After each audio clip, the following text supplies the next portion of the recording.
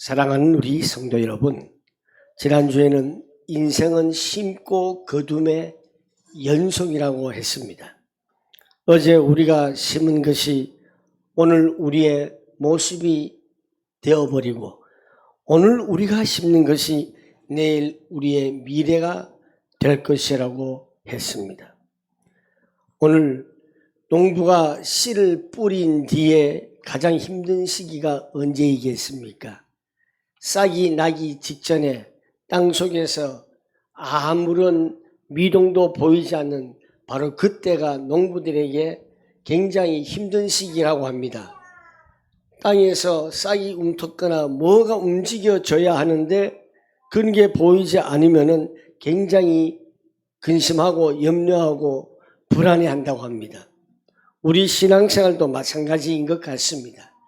하나님의 말씀대로 선을 행하기도 하고 또 사랑을 베풀기도 하고 교회를 잘 섬기는데도 불구하고 아무런 변화가 없거나 오히려 더 상황이 나빠질 때 우리는 깊은 영적 침체에 빠집니다.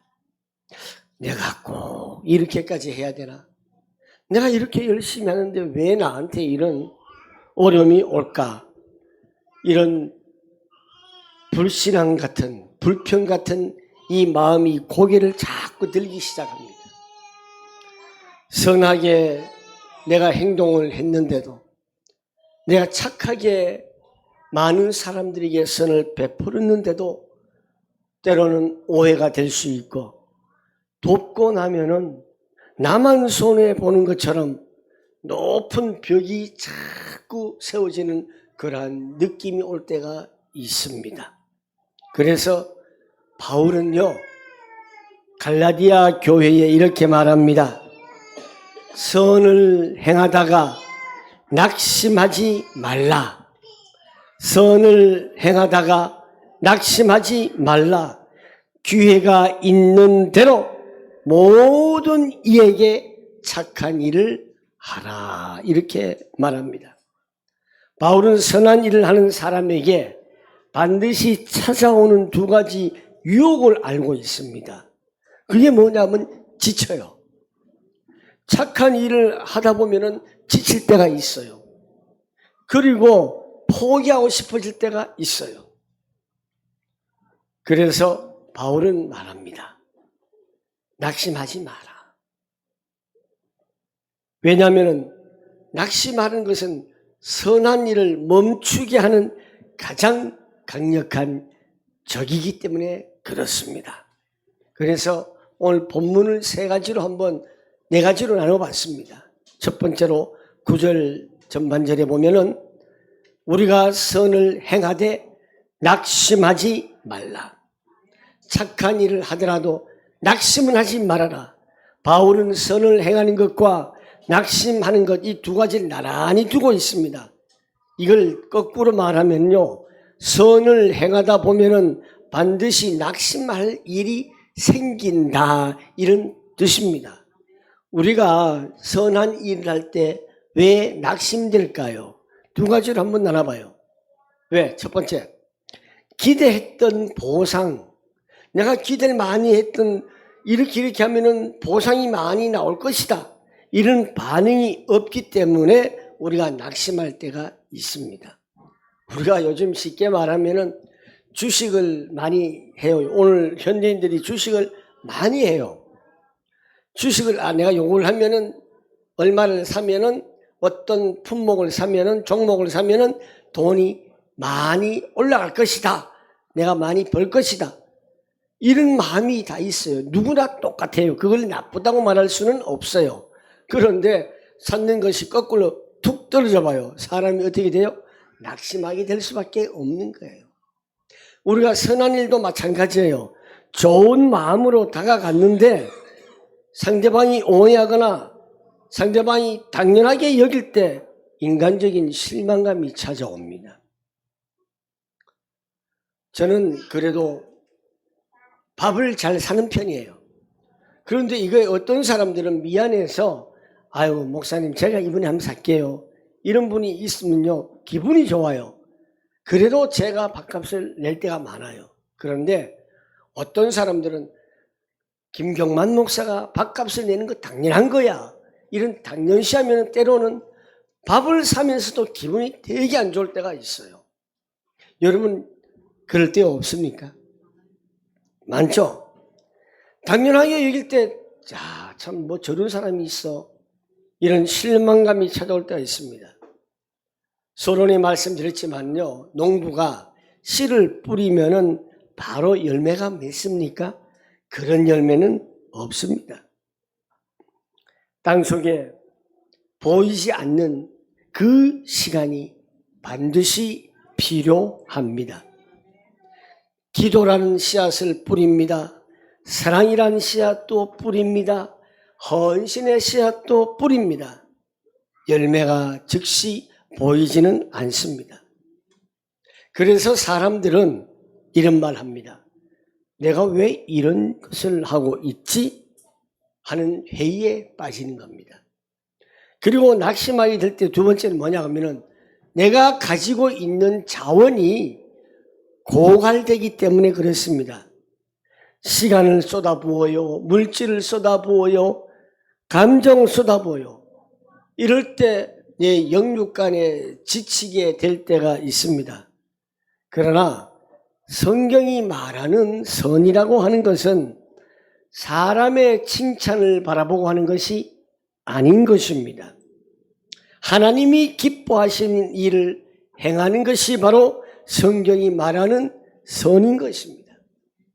사람을 보면 낙심합니다. 그러나 상을 주시는 하나님을 바라보면 낙심을 이길 수 있는 에너지를 얻게 되는 것입니다. 두 번째, 하나님의 때에 반드시 거두게 하신다. 9절 후반절, 포기하지 아니하면 때가 이름에 거두리라. 여기에서 핵심 단어가 때가 이름에와 포기하지 아니하면 이 두 가지의 연결성입니다. 우리는 내가 원하는 타이밍에 열매를 거두려고 자꾸 원합니다. 내가 이만큼 기도했으니 응답이 오겠지. 내가 이만큼 헌신했으니 나한테 보상이 지금은 주어지겠지. 올해 안에 내가 무언가 이루어지겠지. 이런 것을 많이 바라지요. 하지만 모든 것을 거두시는 분은 하나님이시라는 걸 아셔야 합니다. 하나님의 타이밍, 원어로 카이로스라고 합니다. 우리의 타이밍이 아니라 하나님의 타이밍이 돼야 되는 것이에요. 그런데 자꾸 우리는 우리의 타이밍을 원하는 것입니다. 선한 일의 열매는 지속성에서 나옵니다. 바울은 열매의 조건을 분명히 말합니다. 능력이 많아서가 아니라, 재능이 뛰어나서가 아니라 지속했기 때문에 열매를 거두는 것입니다. 하나님은 완벽한 사람을 쓰시는 것이 아니라 포기하지 않는 사람을 통해서 열매를 반드시 맺으신다는 것을 우리가 잊어버려서는 안 됩니다. 성경에 모든 사람들의 공통점이 있습니다. 요셉도 그랬고요, 다윗도 그랬고, 다니엘도 그랬고요. 모두가 이 공통점이 뭐냐 하면 그들은 끝까지 포기하지 않았다는 것입니다. 씨앗이 땅 속에서 자기가 희생을 하고 생명으로 터져 나오기까지 절대적인 시간이 필요하듯 우리가 심은 눈물의 기도와 사랑의 수고도 하나님이 정하여진 성숙의 시간표, 때가 필요합니다. 포기하지만 않으면은, 낭망하지만 않으면은 하나님은 끝까지 가는 사람에게 열매를 맡기신다는 것을 여러분 잊지 마시기를 바라겠습니다. 세 번째, 10절에 기회가 있을 동안에 선을 행하라고 했습니다. 기회, 찬스. 여러분들에게 만약에 기회가 주어진다면 그 기회를 어떻게 사용하시겠습니까? 나의 이익을 위해서, 나의 육신의 목적에 의해서 그 기회를 사용하시겠습니까? 아니면 우리가 하나님 기뻐하신 일을 위해서 그 기회를 사용하시겠습니까? 이 차이는 어마어마한 것입니다. 우리 인간들에게는 똑같은 기회들이 많이 주어지게 되어 있습니다. 우리의 육체를 위하여서 내 자신의 잘 먹고 잘 살고 배부르고 내 이기적인 모든 것을 위해서 기회를 삼는다면 그것은 열매가 결국은 썩어질 것을 거둘 수밖에 없다라는 사실입니다. 그러나 나한테 주어진 이 기회를 하나님 기뻐하신 일에 쓰임받는다면 성령의 열매를 맺을 수 있습니다. 사랑하는 성도 여러분, 여러분들은 하나님이 주시는 정말 싱싱하고 건강하고 아름다운 열매를 여러분에게 많이 맺혀지기를 축원합니다. 그러므로 우리는 기회 있는 대로 해야 됩니다. 우리가 선을 행할 수 있는 시간과 자원은 영원하지 않습니다. 한계점이 있습니다. 오늘 도울 수 있는 사람이 내일은 없을 수가 있어요. 내가 오늘 부모님한테 효도를 해야 되는데 내일 해야 되겠다. 오늘 돌아가시면 못하는 겁니다. 오늘 이 시간에 주어졌을 때 우리는 기회 있을 때에 해야 합니다. 오늘 위로할 수 있는 사람이 내일은 떠날 수 있습니다. 오늘 사랑을 표현할 수 있는 시간이 내일은 사라질 수 있습니다. 선한 일은 미루어지면은 사라지는 기회입니다. 우리가 건강이 있을 때, 물질이 있을 때, 그 사람이 내 곁에 있을 때 이게 바로 기회입니다. 나중에 미루다 보면은 기회는 어떻게 해요? 사라집니다. 선행이라는 것은 기회입니다. 타이밍입니다. 그리고 둘째, 선한 일은 선택이 아니에요. 기회입니다. 제가 카톡에 누가 이런 글을 올렸어요. 내가 착한 일을 할까 말까 할 때에 할 것은 해야 된다는 것이에요. 내가 이걸 돈을 주고 살까 말까 할 때는 사지 말라. 그 말이 맞더라고요. 선한 일을 내가 할까 말까 할 때는 해라. 이게 맞는 말이에요. 사랑하는 성도 여러분, 바울은 선한 일을 부담으로 말하지 않습니다. 기회라고 말합니다. 즉 하나님이 우리에게 주시는 축복의 통로라는 뜻입니다. 우리가 선한 일을 할 때에 우리는 단지 누구를 돕는 것이 아니라 하나님의 선하심을 흘러가는 그 통로가 된다는 것을 우리는 아셔야 됩니다. 자, 우리 옆 사람하고 한번 이야기할까요? 말해볼까요? 당신은 하나님의 선하심이 흘러가는 통로입니다. 당신은 하나님의 선하심이 흘러가는 통로입니다. 결국 이게 뭐냐? 축복의 통로입니다. 우리 성도님들 한 분 한 분은 축복의 통로입니다. 여러분을 통해서 많은 사람들에게 축복이 전달되기를 축복합니다. 그리고 마지막으로 네 번째, 이 선한 일도 우선순위가 있어요. 특히 믿음의 가정들에게 모든 이에게 하되 더욱 믿음의 가정들에게 하십시오. 이렇게 말합니다. 우리의 사랑은 세상 모든 사람을 향해 열려 있어야 합니다. 그러나 바울은 그 중에서도 특히 믿음의 가정들, 즉 다시 말하면은 교회 안의 영적인 가족들을 먼저 돌보라고 아주 구체적으로 지적합니다. 왜 그럴까요? 세상에서 상처받고 지친 성도들이 교회 공동체 안에서 먼저 위로와 선대를 경험해야 그 힘으로 세상에 다시 나가 빛과 소금으로 살 수 있게 되는 것입니다. 교회 공동체는 세상 속에서 지친 영혼들이 모이는 곳이에요. 서로가 서로에게 하나님의 손길이 되어야 합니다. 교회 안에서 선한 일이 흘러가야 교회 밖으로 흘러갑니다. 가정에서 사랑이 흘러야 이웃에게 흘러가듯 교회 안에서 선이 흘러야 세상으로 흘러가는 것입니다. 우리가 예전에 보면은 일제시대 때, 일제가 아니고 그 임진왜란 때 싸움을 할 때도 그랬고요.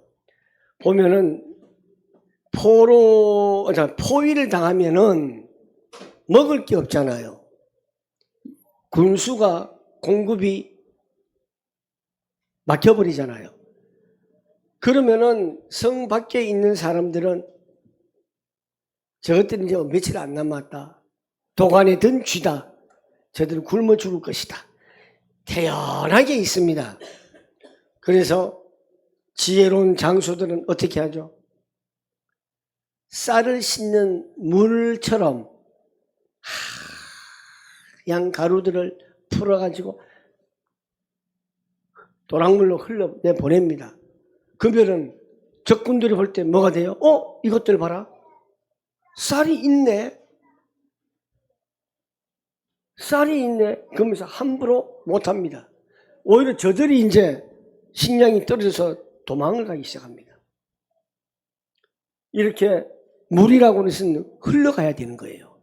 우리는 하나님 사랑이라는 선한 물이 내게서부터 흘러가고 우리 가정을 통해서 흘러가고 우리 이웃들을 통해서 흘러가야 되는 거예요. 그리고 우리 교회를 통해서 선한 사랑이 세상으로 흘러가야 돼요.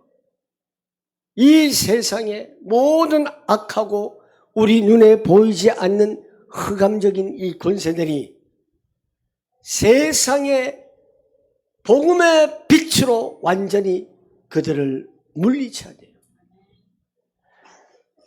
기회가 있는 대로 바로 오늘 내 곁에 있는 영적인 가족들과 이웃들에게 작은 선함과 격려의 말 한마디를 하는 우리 성도가 되기를 바라겠습니다. 낙심하지 말아야 합니다. 포기하지 말아야 합니다. 기회 있을 때에 선을 행해야 합니다. 지금이 바로 그 기회라는 사실입니다. 누군가에게 내가 전화 한 통을 해줄 수 있는데, 내가 위로의 말을 건넬 수 있을 때, 작은 도움을 줄 수 있을 때, 내가 용서할 수 있을 때, 사랑을 표현할 수 있을 때, 선한 일이란 거창하지 않습니다.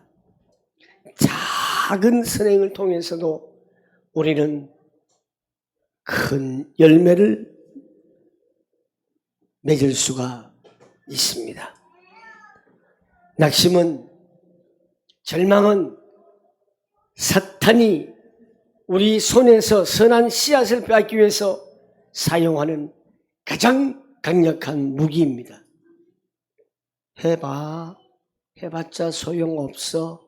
아무런 소용없어라는 이런 영적인 무기력함에 절대 속아서는 아니 됩니다. 지금 당장 내 눈앞에 열매가 보이지 않아도 낙심하지 않고 포기하지 않는다면 하나님의 때에 가장 아름다운 방법으로 거두게 하실 것입니다. 이 열매를 맺는 우리 살아가는 성도분 여러분 되시기를 다시 한번 축복합니다. 기도하겠습니다. 참 좋으신 하나님 아버지, 선한 일을 기회 있을 동안에 열심히 하라고 말씀하셨습니다. 주님, 우리 모두가 포기하거나 낙심하지 말고 기회 있을 때에 정말 하나님의 사랑, 예수 그리스도의 사랑의 선을 흘려보낼 수 있는 통로가 되게 하여 주옵소서. 예수님의 이름으로 기도하옵나이다. 아멘.